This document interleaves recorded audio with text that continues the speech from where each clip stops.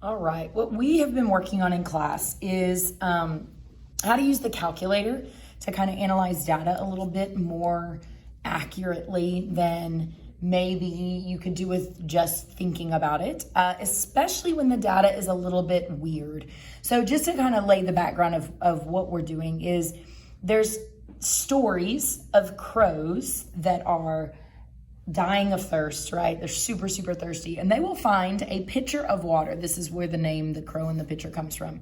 They'll find a pitcher of water, but if the water level is too low for them to be able to, be on the side and reach down and reach the water, they will actually go and get pebbles and drop them into the pitcher.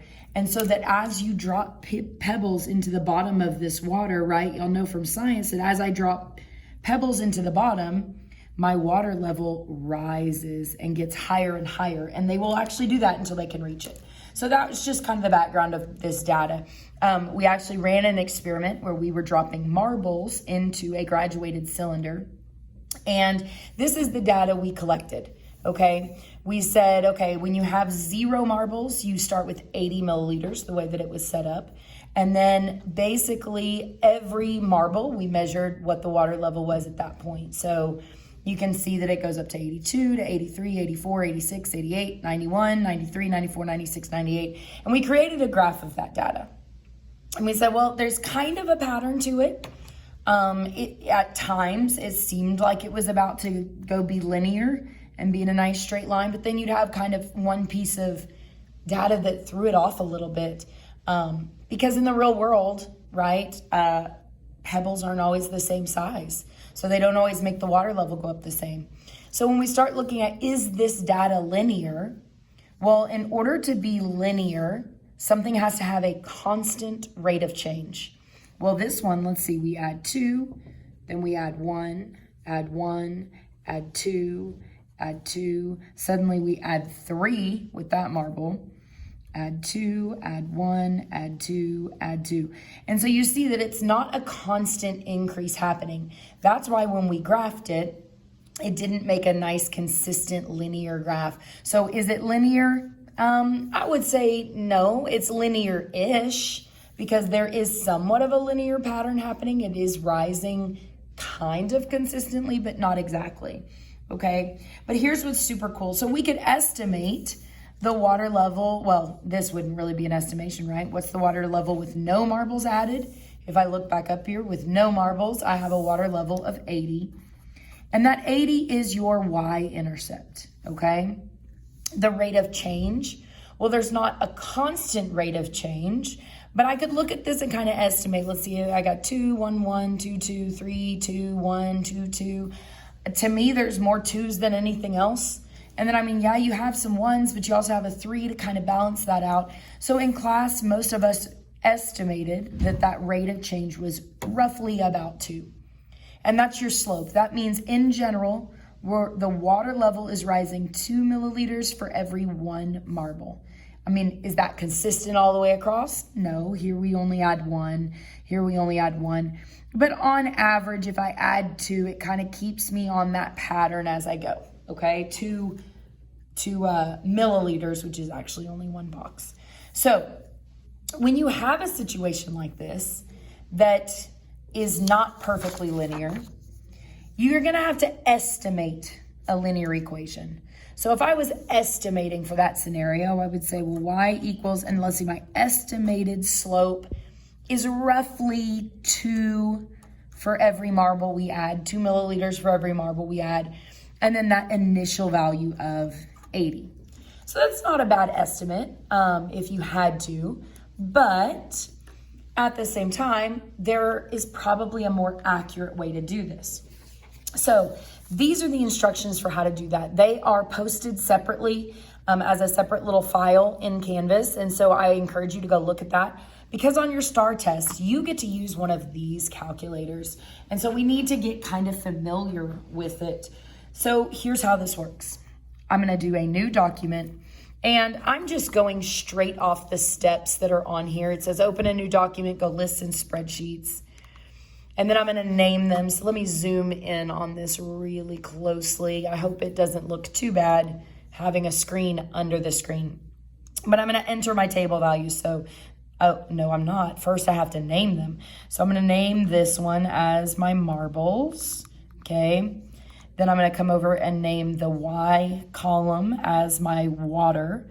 Little side note, you can't put spaces when you name columns. So I'm going to kind of, you'll see me abbreviate from time to time or just put a shortened version because you can't put spaces or any kind of funky, weird things in there.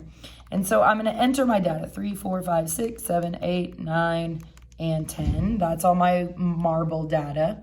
Notice that I'm leaving this column blank. That equals sign, you don't want to put anything in there. It'll throw off your table.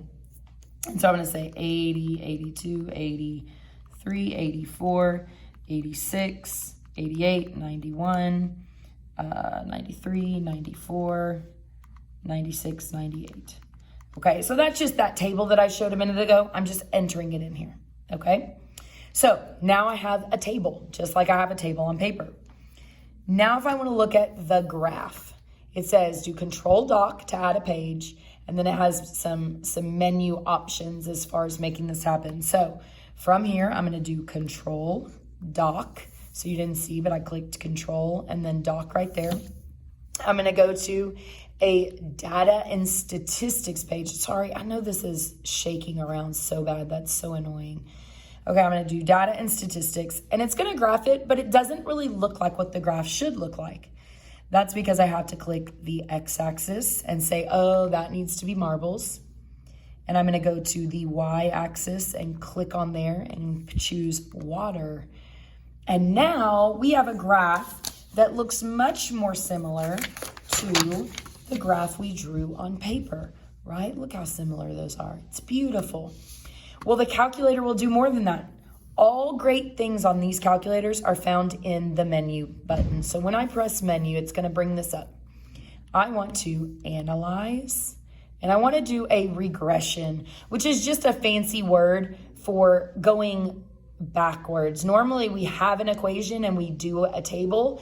Well, a regression will go backwards. It will take the table and make an equation. And you have lots of different options of equations that you can have it right. We want mx plus b, our good old familiar favorite. And look at how cool this is. It will draw a line of best fit. It will say, hey, okay, so that data isn't linear, but it's kind of close to this line. And it will give you an actual y equals mx plus b formula for this. It will write the equation for you. And so off the calculator, the regression equation says y equals 1 point. I'm not going to put all of those decimals. Okay, that's a little bit excessive. I'm going to go 2 places after the decimal. And we're always going to round if you're cutting off a number. So that would become 84, right? The 6 would round that up. X, and then plus 79 point, the last 2 values after the decimal and rounding would just leave it as 45. Notice, it's close to what we just estimated. It's close to what we kind of came up with, just ballpark idea. We probably could have done some math and actually figured out that it was a little lower than 2, but this is good. And then my y-intercept, it's not a perfect match for the graph, right? Because this is just like, well, the closest line I can get to those dots is this line right here, okay? So it's gonna have to adjust my y-intercept a little bit to make a really good match to the rest of the dots, okay? I can get this equation another way. If I go back over, where'd my mouse go? There it is. So if I go over to 1.1 where I had my data, okay, I can do it from this thing too. If I don't wanna actually look at what the graph looks like, I can do menu again. And I'm not making these up. They're on this little linear regression on the Nspire. It's the instructions on here. So menu and then statistics and go through this. So I'm gonna do menu, statistics. I want a stat calculation on there. And again, you have lots of options. I'm gonna look for my favorite, which is mx plus b. So I'm gonna go down to mx plus b.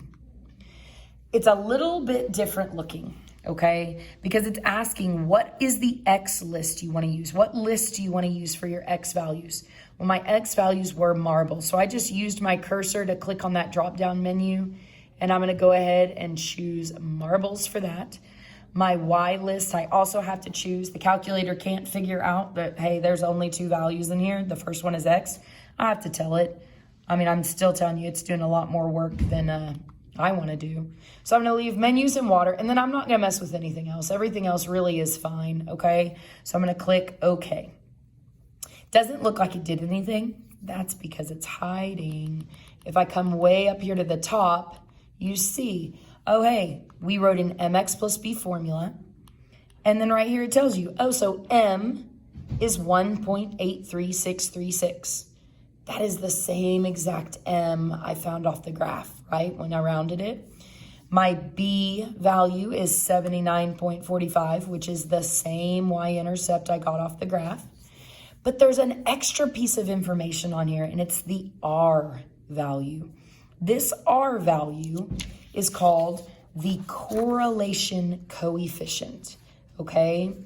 The graph will not give you this information. You have to go into the table to get it. See, when I look at my graph, if I go look at where I did the math on the graph, nowhere on there is there any information about r, about the correlation coefficient. I have to go over here, and there's my r. So here's how the correlation coefficient works. I think of it as like a percentage, okay? A percentage of how good of a match or how strong is this relationship as a line. So notice a 1 would be like a perfect 100%. 100% relationship means it is super, super linear. Those dots are in a perfect line, okay? As you drop to 80%, that's like, oh, well, those dots are forming an 80% accurate line, okay? It's linear-ish, right? It's pretty linear, but there's lots of variation in my dots to where I don't get that beautiful relationship happening, okay? 30% would be like, okay, there's like a really loose line pattern, I guess, but I mean, it's only a 30% relationship as a line. And then 0 is, dude, there's no line at all happening there, okay? There is no linear relationship. You're forcing a line out of this, but they're not in a line. On the negative side, it's the exact same relationships. Like 30% is a pretty bad relationship. It's just the negative, if you look at the graphs, is only affecting that, oh, so instead of being a positive line, I'm talking about a negative line relationship. Okay, so if I go look at this one where I have 0.995183, okay, I'm gonna take a little bit more than just 2 numbers after the decimal. It says, what is the correlation coefficient? The R is 0.9952, okay? I'm gonna go 4 values after this, 0.995, and then that would round up to a 2 because of the 8. Gosh, this is shaking so bad. That means that's like, basically you can think of it as a 99.5%. 99.5%, guys. That is an almost perfect relationship as a line. Almost perfect line. Also, you're going to see the wording of a very strong correlation. There is a very strong line pattern happening here, okay? And that makes sense. When you go and you look at the actual graph of this thing, you'll see that those dots really are, I mean, there is some waving happening, but as opposed to the 30% relationship, if I was to draw a line through that, right? If I drew a line kind of trending that, do y'all see how far apart some of those dots are, how far off of the line they are? So this one really, whoops, I hit a button. Really, your dots are all pretty close to that line. So that's why you're seeing that 99% relationship in this data, okay? So we kind of worked through that. We practiced it a couple times, gathered some other data and did it. But that's kind of the heart of it, is we can estimate graphs and equations when it's not a perfect line, but the calculator will do it much, much quicker and much more exact than what we kind of estimate. And so that's a really useful tool when you're having a hard time writing a linear equation, especially if you have a table of values. That table can be analyzed very specifically on this calculator. So this is a tool that you get to have, like star testing. And so it's a really, really useful thing to be able to do on it. All right. We will see this many more times. So if this isn't fully like locked in yet, don't worry. This is a topic that, or a skill that we'll kind of circle back to multiple times to make sure that you are very comfortable with doing that. All right.